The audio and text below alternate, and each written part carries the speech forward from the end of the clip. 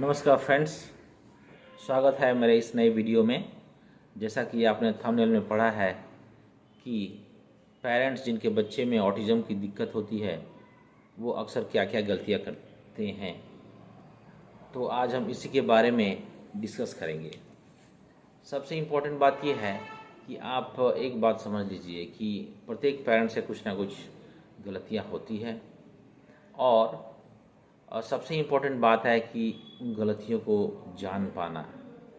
जब आप अपनी गलती को पहचानते हैं तो जब आपका बच्चा डायग्नोस हो जाता है कि आपके बच्चे में ऑटिज़म का फीचर है, तो आप उस बच्चे का ट्रीटमेंट जल्द से जल्द शुरुआत करते हैं, अर्ली इंटरवेंशन कराते हैं और आपके बच्चे में सुधार होने लगता है। लेकिन जब आपको पता ही नहीं चलता है कि आप क्या गलती कर रहे हैं, तो आपके लिए यह गलतियां वायरस का काम करता है और यह इनडायरेक्टली या डायरेक्टली आपके बच्चे के थेरेपी पर और आपके बच्चे के ग्रोथ पर और ओवरऑल आपके फैमिली की खुशियों पर ये हमला करता है और ये भारी पड़ता है। तो आज हम समझेंगे कि पेरेंट्स क्या क्या गलतियां करते हैं। बहुत सारी हमने गलतियां देखी हैं पेरेंट्स के करते हुए और मैंने एक जगह नोट डाउन किया है जो कि मैं आज प्रेजेंट करने जा रहा हूं। और एक या एक से ज़्यादा गलतियां पेरेंट्स कर सकते हैं जो कि मैं आपको बताने जा रहा हूं, लेकिन ज़रूरी नहीं है कि सारे के सारे पेरेंट्स ये गलतियां करते ही हैं। बहुत सारे ऐसे पेरेंट्स हैं जो काफ़ी जागरूक हैं और इन गलतियों को नहीं करते हैं। तो आइए देखते हैं हम। जो सबसे पहली गलती है वो ये है कि माता पिता देखते भी हैं जब बच्चा आपका बहुत छोटा रहता है और आप अपने बच्चे को देखते हैं कि कुछ गड़बड़ है, लेकिन फिर भी आपको लगता है कि आपका बच्चे में शायद कुछ गड़बड़ नहीं होगा और आप उसको नज़रअंदाज करते हैं। तो अगर इस प्रकार की बात आपके मन में है कि शायद कुछ आपके बच्चे में हो सकता है, कुछ गड़बड़ लग रहा है, आप रुकिए मत, स्पीच थेरापिस्ट से मिलिए या बच्चे के डॉक्टर से मिलिए या दोनों से मिलिए। अगर आपको संतुष्टि नहीं होती तो प्रोफेशनल्स या डॉक्टर्स जिनसे आप मिलेंगे उनको चेंज करके देखिए।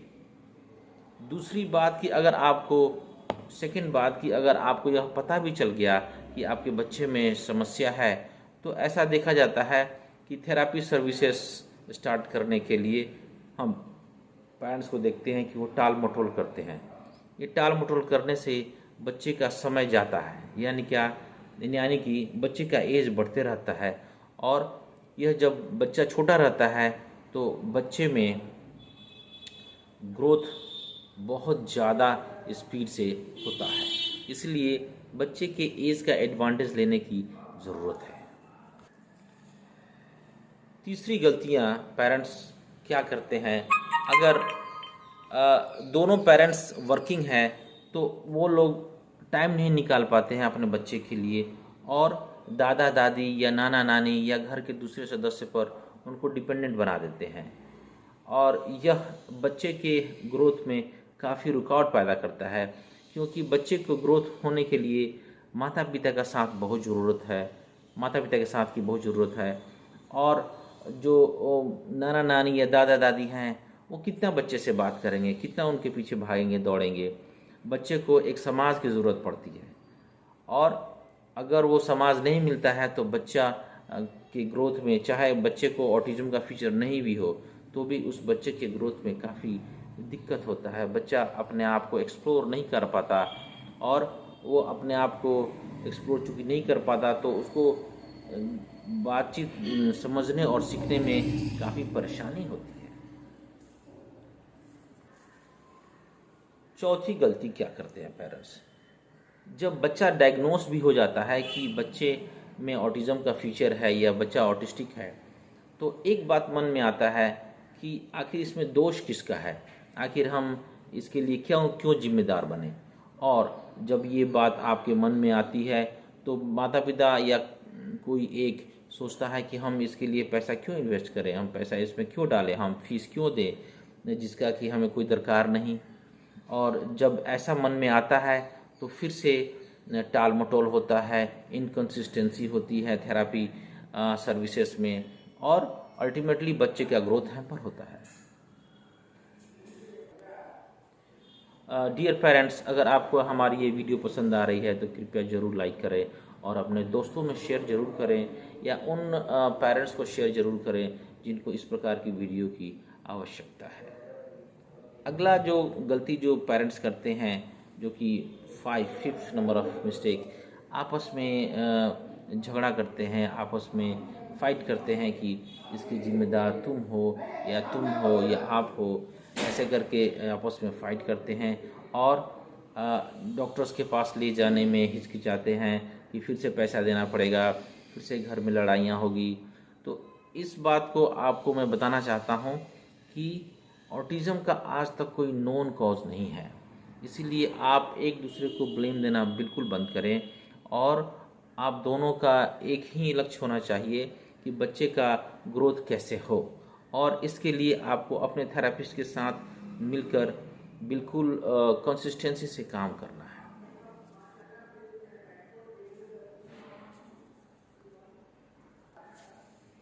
छः नंबर की जो मिस्टेक होती है, ऐसा देखा जाता है कि जब दोनों पेरेंट्स राजी हो भी गए कि चलो डॉक्टर के पास चलेंगे, थेरेपिस्ट के पास चलेंगे, ऐसा देखा जाता है कि एक पेरेंट उतना सिंसियर नहीं है जितना कि दूसरा पेरेंट्स है। यानी कि एक पेरेंट जो सिंसियर है उसको दूसरे पेरेंट का सहयोग नहीं मिलता। इसमें क्या होता है कि जो पेरेंट जो कि मम्मी या पापा जो थेरेपी में बच्चे को लाते हैं, वो अपने आप को सफिशिएंट स्ट्रॉन्ग इनफ नहीं पाते हैं। इसलिए ऐसा होना चाहिए कि दोनों मम्मी और पापा पूरी इक्वली जिम्मेदारी लें और अपने बच्चे के लिए काम करें। 7वां गलती जो पेरेंट्स करते हैं वो यह करते हैं कि अपने बच्चे को समाज में या दूसरे किड्स के पास कभी कभी नहीं ले जाते हैं। तो इसमें क्या होता है कि बच्चे अपने स्किल्स को एक्सप्लोर नहीं कर पाता। जब बच्चा समाज में जाता है तो बहुत सारी चीज़ों को सीखता है। समाज में जाना यानी कि एक्टिव प्ले मोड में बच्चे का जाना। जब बच्चा घर के अंदर खेलता है उसको बोलते हैं पैसिव मोड ऑफ प्ले। और जब बच्चा घर से बाहर निकलता है और दूसरे बच्चों के साथ पार्टिसिपेट करता है, पार्टिसिपेंट बनता है और पार्टिसिपेट करके खेलता है, तो इस प्रकार के गेम को बोलते हैं एक्टिव प्ले बच्चों में सबसे ज़्यादा ज़रूरत की चीज़ होती है, बिकॉज एक्टिव प्ले से बच्चों में बहुत कुछ डेवलपमेंट होता है। मैं इसके ऊपर अलग से एक वीडियो बनाऊंगा। अगर आपका रिक्वेस्ट आया तो मैं आपसे रिक्वेस्ट करता हूं कि अगर आपको एक्टिव प्ले और पैसिव प्ले के बारे में और अधिक जानना है तो प्लीज़ मुझे कमेंट बॉक्स में कमेंट करें, मैं आपके लिए अलग से वीडियो ज़रूर बनाऊँगा।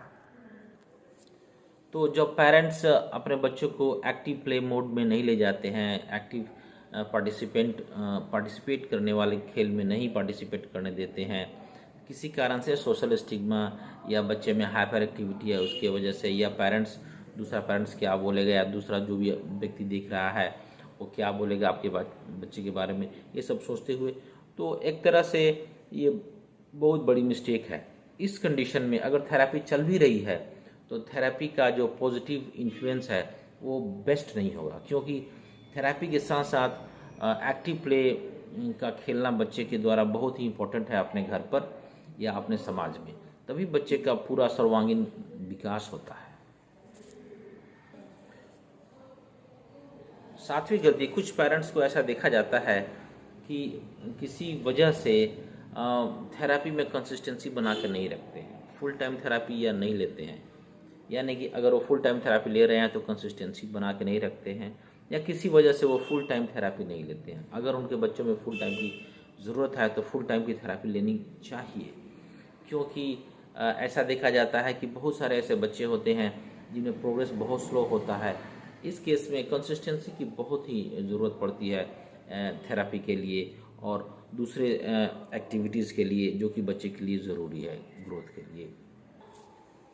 8वीं गलती बहुत सारे पेरेंट्स करते हैं, कभी कभी थेरेपिस्ट के फ़ी को पे करने में बहुत डिले करते हैं। यह एक बहुत बड़ी मिस्टेक है। थेरेपिस्ट के फ़ीस को पे करने में डिले नहीं करना चाहिए, क्योंकि एक थेरेपिस्ट अपने सिर्फ हाथों से ही ना काम नहीं करता।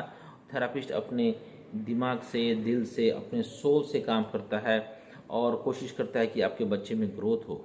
और थेरापिस्ट एक बहुत ही लेबोरियस वर्कर होता है, स्किल्ड वर्कर होता है जो कि पढ़ लिख कर आया हुआ है। इसलिए अगर आप उसके पेमेंट में डिले करेंगे या किसी प्रकार का छोटा भी मनमुटाव जैसा होगा, थेरापिस्ट को वो बिल्कुल फील हो सकता है कि ये पेरेंट पेमेंट में दिक्कत करता है।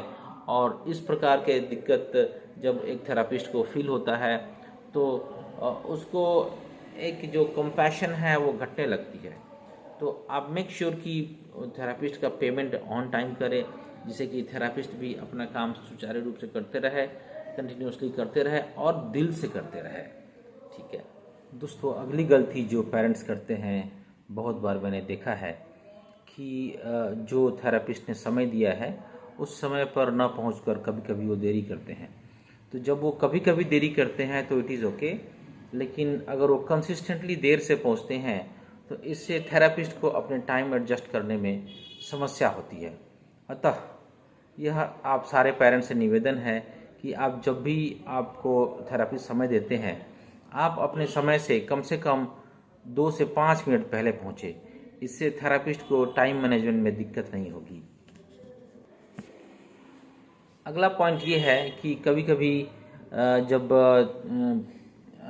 माता पिता लेट पहुंचते हैं तो इस वक्त थोड़ी सी थेरापिस्ट से रिक्वेस्ट करते हैं कि प्लीज़ आप समय पर आएँ, लेकिन कुछ ऐसा बात होने का संभावना रहता है, जैसे कि पेरेंट्स ने कुछ झूठ जैसे बोला, तो ये बात थेरापिस्ट को समझ में आ जाती है और थेरापिस्ट को अच्छा फील नहीं होता।